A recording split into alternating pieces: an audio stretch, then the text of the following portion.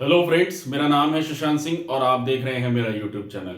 आज का जो टॉपिक है जिसके बारे में मैं बात करने जा रहा हूँ और न्यूज़ में भी काफ़ी हाईलाइटेड में आया है ये टॉपिक, ये वो है नेशनल हाईवेज के बारे में। यानी कि हमारे जो देश के जितने भी नेशनल हाईवेज है, चाहे वो नेशनल हो या स्टेट लेवल के हो और इंटर स्टेट जिस तरीके से वो कनेक्ट करते हैं, उनका इंफ्रास्ट्रक्चर कितना डेवलप हुआ है और कितनी बढ़ोतरी हुई है 2014 से, जब से बीजेपी की सरकार आई है। तो उसी के रिगार्डिंग आज मैंने ये वीडियो बनाई है और आपको मैं बताऊंगा किस तरीके से हमारे देश में हाईवेज किस तरीके से बढ़े हैं और क्या क्या इनिशिएटिव आए हैं उसमें, और कुछ ऐसे खास बदलाव भी देखने को मिले हैं। तो चलिए शुरुआत करते हैं। तो जैसे बताया जा रहा है कि road network in the country grew by 59% in the last 9 years। अब इतनी ज्यादा बढ़ोतरी हुई है और क्या क्या देखने को मिला है उन हाईवेज में, उसके रिगार्डिंग बात करेंगे। तो चलिए शुरुआत करते हैं। तो जैसे पहला पॉइंट है इसमें 91 287 किलोमीटर टू 145 240 किलोमीटर फ्रॉम 2014, यानी कि इतने से इतना किलोमीटर्स का जो हमारा हाईवे है उसमें बढ़ोतरी देखने को मिली है। यानी कि पहले जो था हाईवे वो करीब 91,000 के अराउंड किलोमीटर थे, और अभी हमारे देश में जो हाईवेज हैं टोटल कैपेसिटी इसकी यानी कि जो किलोमीटर में है वो हो गया है 1,45,000 के अराउंड। ये हमारा एक सबसे बड़ा इसमें मेजर चेंज देखने को मिला है। अगले पॉइंट की अगर मैं बात करूं तो वो है हमारा 4 लेन ट्वाइस 44,000, यानी कि जो 4 लेन के हाईवेज होते हैं, जैसे 4 लेन्स होती है के हाईवे में, उसमें जो है वो करीब दुगने हो गए हैं ऑलमोस्ट हमारे पूरे देश में।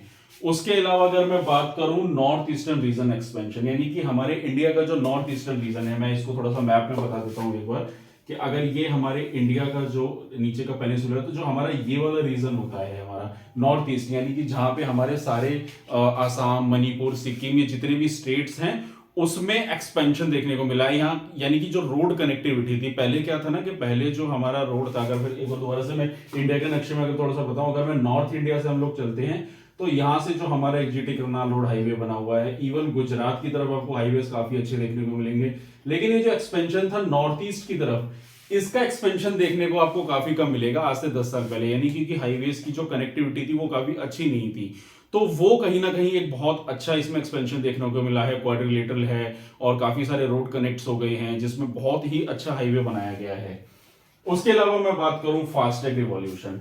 फास्टैग में तो अपने आप में सभी को पता होगा, आप लोगों को भी इस बारे में पता होगा कि अब फास्टैग आ गया है। जैसे पहले क्या होता था ना कि पहले हाईवे पे आपको पहले टोल पे पर्ची कटानी होती थी, पैसे देने पड़ते थे, खुले पैसे का फर्क पड़ता था। तो करीब 734 सेकंड तो आप लगा सकते हैं कितना टाइम लगा करता था हाईवे पे। अभी अराउंड वो कम होके 47 सेकंड, यानी 47 सेकंड से ज्यादा आपको एवरेज टाइम नहीं लगता है अब टोल पे, क्योंकि फास्टैग का आपको पता होगा कि एक पूरा स्लिप होता है जो गाड़ी के ऊपर चिपक जाता है, वो पेटीएम से डायरेक्ट कनेक्टेड होता है। तो उसमें आपको ना तो पैसे देने कुछ करने पर, गाड़ी डायरेक्ट फास्टैग पे खड़ी होगी, आपकी टोल कटेगा और आप सीधा गाड़ी को लेके जाएंगे। तो ये एक बहुत मेजर बदलाव देखने को मिला है नेशनल हाईवेज में आपको, जो फास्टैग की मैं बात करूंगा। और अंत में आखिर जो पॉइंट है वो है ग्रीन इनिशिएटिव, यानी कि करीब 68,000 ट्रीज के बारे में यहाँ बात हो रहा है कि हाईवे बने, इंफ्रास्ट्रक्चर होता है, क्या होता है ना कि जैसे कोई भी जब भी किसी भी तरीके का इंफ्रास्ट्रक्चर आता है तो कहीं ना कहीं ग्रीन इनिशिएटिव लेना भी बहुत जरूरी है। तो यहाँ पे जो हमारा ये हाईवे बने हैं जितने भी, उसमें काफी ग्रीन इनिशिएटिव यानी काफी सारे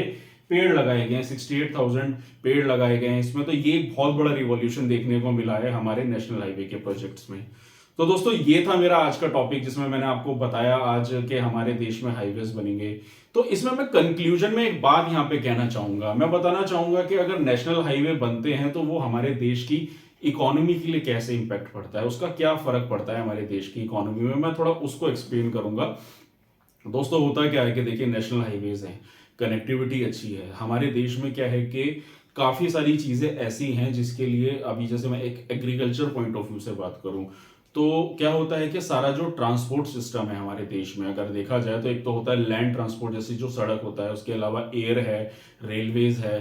तो एक जो हमारा लैंड होता है उसके बिना आप कहीं भी कनेक्ट नहीं कर सकते। मान लीजिए अगर आप कोई सामान है जो मुंबई से दिल्ली आता है ट्रेन के रास्ते, लेकिन अब दिल्ली रेलवे स्टेशन पे आएगा उसके बाद तो उसको रोड से ही लेके जाना पड़ेगा सामान को, फिर वो गाजियाबाद आएगा या जो भी दिल्ली एनसीआर के एरियाज में जाएगा। तो रोड का एक बहुत बड़ा रोल होता है हमारी इकोनॉमी को रन करने के लिए। अगर मान लीजिए सड़क बेहतर नहीं होंगे तो किसी भी देश की इकोनॉमी को ठीक ढंग से नहीं चलाया जाएगा। इवन अगर मैं ब्रिटिश टाइम पीरियड की बात करूं, जो रेलवे की बात करूं, रेलवे जो है हमारे ब्रिटिशर्स के टाइम पीरियड में आया था, जब हमारा देश गुलाम था 1947 से पहले। तो तब भी उस देश की इकोनॉमी को चलाने के लिए ब्रिटिशर्स ने रेलवे को इंट्रोड्यूस किया था, क्योंकि बिना रेलवे के ब्रिटिशर्स उस हमारे देश की इकोनॉमी को चला नहीं पाए थे। जो वो बिजनेस पूरा चला रहे थे, जिस तरीके से जो पैदावार हो रही थी हमारे देश से, रिसोर्सेज को किस तरीके से ले आया जा रहा था, तो रेलवे का एक बहुत बड़ा रोल हुआ था। ठीक उसी तरीके से आज के जमाने में नेशनल हाईवेज का होना हमारे देश में एक इकोनॉमी के लिए बहुत ही बेनिफिशियल साबित होगा। अगर हाईवे बेहतर होंगे तो इंसान जो है इजीली कनेक्ट कर सकता है। आप किसी भी फील्ड में देख सकते हैं, चाहे सर्विस सेक्टर हुआ, मैन्युफैक्चरिंग सेक्टर हुआ, एग्रीकल्चर सेक्टर हुआ, उसमें सर्विस करनी है, ट्रांसपोर्टेशन है, उसका कितना बड़ा महत्व है।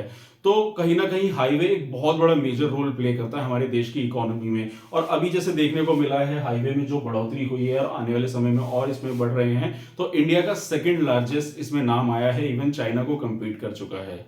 तो दोस्तों ये था मेरा आज का टॉपिक अबाउट नेशनल हाईवे के बारे में, and what is the contribution of national highway in Indian economy. तो दोस्तों आप मेरे चैनल को लाइक कीजिए, सब्सक्राइब कीजिए, और अगर आपको मेरा काम पसंद आ रहा है तो आप ऐसी और इन्फॉर्मेटिव वीडियो से रिलेटेड आप मेरे कमेंट सेक्शन में आप मेंशन कर सकते हैं। तो दोस्तों बस आज के लिए इतना ही। Thank you very much.